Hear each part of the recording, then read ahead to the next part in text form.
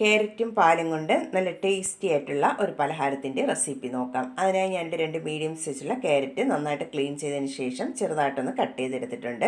അതൊരു മിക്സിയുടെ ജാറിലേക്ക് നമുക്ക് ചേർത്ത് കൊടുക്കാം. അതിൻ്റെ കൂടെ തന്നെ അരയ്ക്കാൻ ആവശ്യമായിട്ടുള്ള പാല് ചേർത്ത് കൊടുക്കാം. 1/2 കപ്പ് പാലാണ് ചേർത്ത് കൊടുത്തിട്ടുള്ളത്. നല്ല പേസ്റ്റായിട്ട് തന്നെ ഇതൊന്ന് അരച്ചിട്ട് എടുക്കണം. ഇതിപ്പോൾ നന്നായിട്ടൊന്ന് അരച്ചെടുത്തിട്ടുണ്ട്. ഇത് നമുക്ക് മാറ്റി വയ്ക്കാം. അടുത്തതായി ഒരു പാൻ സ്റ്റൗവിലേക്ക് വെച്ചതിന് ശേഷം അതൊന്ന് ചൂടായി വരുമ്പോൾ അതിലേക്ക് 1 ടേബിൾ സ്പൂൺ നെയ്യ് ചേർത്ത് കൊടുക്കാം. ഇതിൻ്റെ ഫുൾ വീഡിയോ ചാനലിൽ അപ്ലോഡ് ചെയ്തിട്ടുണ്ട്. കാണാത്തവരുണ്ടെങ്കിൽ കണ്ടൊന്ന് സപ്പോർട്ട് ചെയ്യാൻ മറക്കരുതേ. നെയ്യ് നന്നായിട്ട് ഒന്ന് ചൂടായി വന്നതിന് ശേഷം നമ്മൾ അരച്ച് വെച്ചിട്ടുള്ള ക്യാരറ്റിൻ്റെ മിക്സ് അതിലേക്ക് ഒഴിച്ചു കൊടുക്കാം. എന്നിട്ട് 1-2 മിനിറ്റ് നന്നായിട്ട് ഇതൊന്ന് മിക്സ് ചെയ്തിട്ട് എടുക്കണം. ആ ക്യാരറ്റിൻ്റെ പച്ച ടേസ്റ്റ് എല്ലാം മാറി ക്യാരറ്റ് ഒന്ന് കുക്കായി വരണം. അതുവരെ നന്നായിട്ട് ഇതുപോലെ ഒന്ന് മിക്സ് ചെയ്തിട്ട് എടുക്കാം. ഇതിപ്പോൾ ക്യാരറ്റ് ഒന്ന് കുക്കായി വന്നിട്ടുണ്ട്. ഇനി നമുക്കതിലേക്ക് മധുരത്തിന് ആവശ്യമായിട്ടുള്ള പഞ്ചസാര ചേർത്ത് കൊടുക്കാം. ഞാനിപ്പോൾ 2 ടീസ്പൂണാണ് പഞ്ചസാര ചേർത്ത് കൊടുത്തിട്ടുള്ളത്. എന്നിട്ട് നമുക്ക് നന്നായിട്ട് വീണ്ടും മിക്സ് ചെയ്തിട്ട് എടുക്കണം.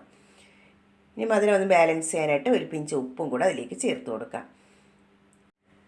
ഇനി അതിലേക്ക് ചേർത്ത് കൊടുക്കുന്നത് നല്ല ഫൈനായിട്ട് പൊടിച്ചെടുത്തിട്ടുള്ള പച്ചരിപ്പൊടിയാണ് ചേർത്ത് കൊടുത്തിട്ടുള്ളത്. 1/2 കപ്പാണ് അതിലേക്ക് ചേർത്ത് കൊടുത്തിട്ടുള്ളത്. അതിൻ്റെ കൂടെ തന്നെ 1/2 കപ്പ് റവയും കൂടെ ചേർത്ത് കൊടുക്കാം.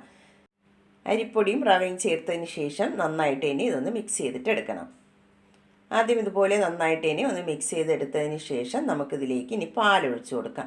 ഞാനിതിലേക്ക് 1/2 കപ്പ് പാലാണ് ഇതിലേക്ക് ഒഴിച്ചു കൊടുക്കുന്നത്.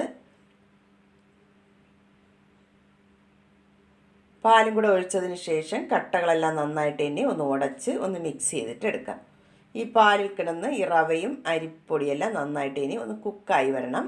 അതുവരെ നന്നായിട്ട് ഒന്ന് മിക്സ് ചെയ്തിട്ട് എടുക്കണം. പാനിൽ നിന്നെല്ലാം നന്നായിട്ട് ഇത് വിട്ട് വരുന്ന പാകമാകണം. അതുവരെ കൈയെടുക്കാതെ തന്നെ ഇതുപോലെ ഒന്ന് മിക്സ് ചെയ്തിട്ട് എടുക്കണം. ഇതിപ്പോൾ പാനിൽ നിന്നെല്ലാം ഒന്ന് വിട്ട് വരുന്ന പാകമായിട്ടുണ്ട്. ഇത്രയും മതിയാകും. ഇനി ഫ്ലെയിം ഓഫ് ചെയ്തതിന് ശേഷം